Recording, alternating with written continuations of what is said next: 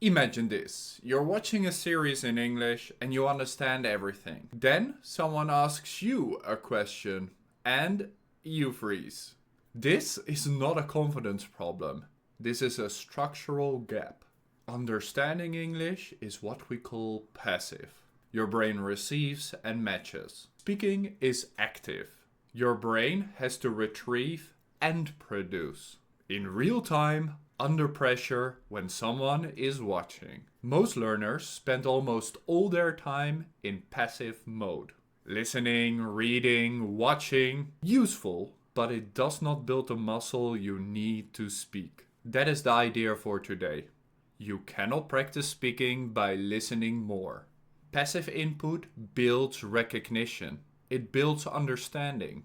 Active output builds production. It builds that confidence in speaking. And maybe you, like most learners, are missing one side. Think of it like understanding a recipe versus cooking the dish. You can read 100 recipes and still not know how to cook.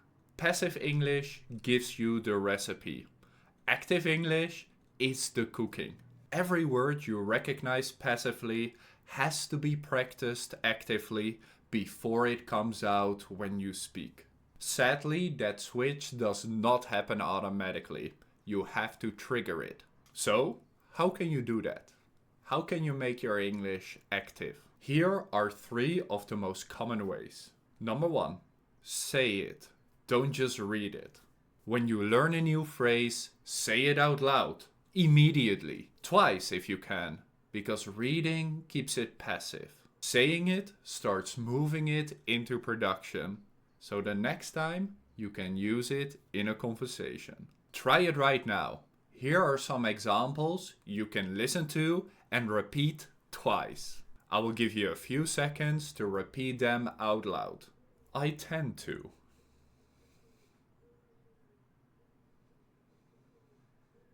The reason I think this is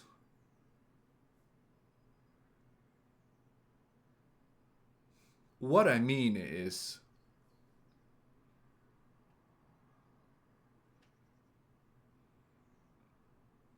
I find it hard to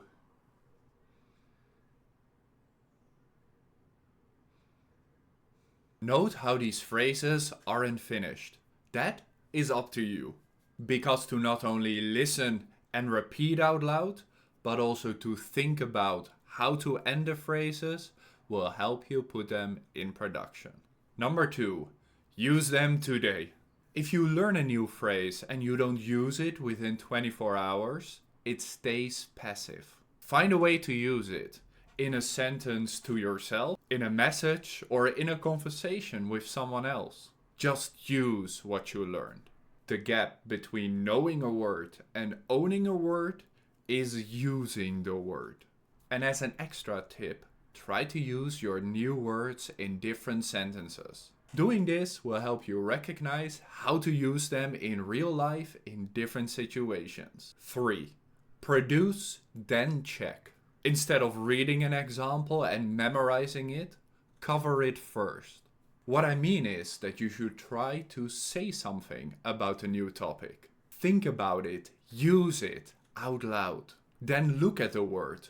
Compare the word to words you already know. This forces retrieval. Retrieval is the mechanism that builds production, meaning it's the action that helps you use it in real situations. And this may be a little bit uncomfortable, but that discomfort is the practice. Because anytime you challenge yourself with something you don't know, using something new in different situations, that is the moment you learn and improve. So practice with me. I have 5 situations that could be better. How could we improve those situations with the 3 points I just shared with you? I'll give you a few seconds to think about it before I give you an example. Here we go. You hear I tend to. You decide to write it down. What could you do instead?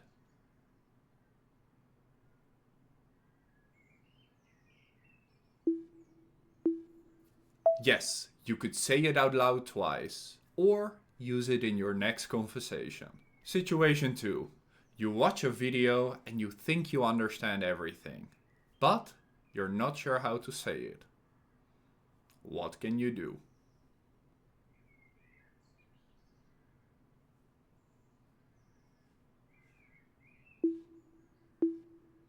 Yes, you could, for example, pause, then repeat the last sentence out loud. Situation 3.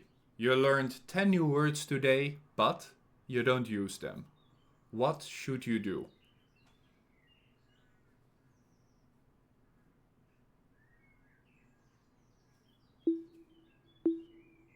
Exactly. 10 may be a little bit much. Pick one and use it in a sentence before tonight. Remember, if you wait, you will lose it. Situation 4. You read a story and you think you understand it well. How can you make sure?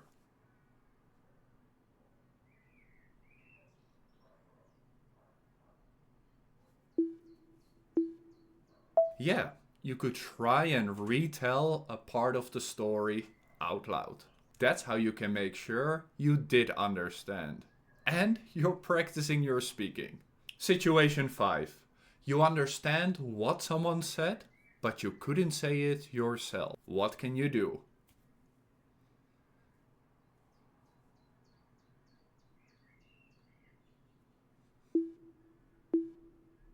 Yeah, you could write down the sentence you don't know and say it out loud later, using it yourself. Well done!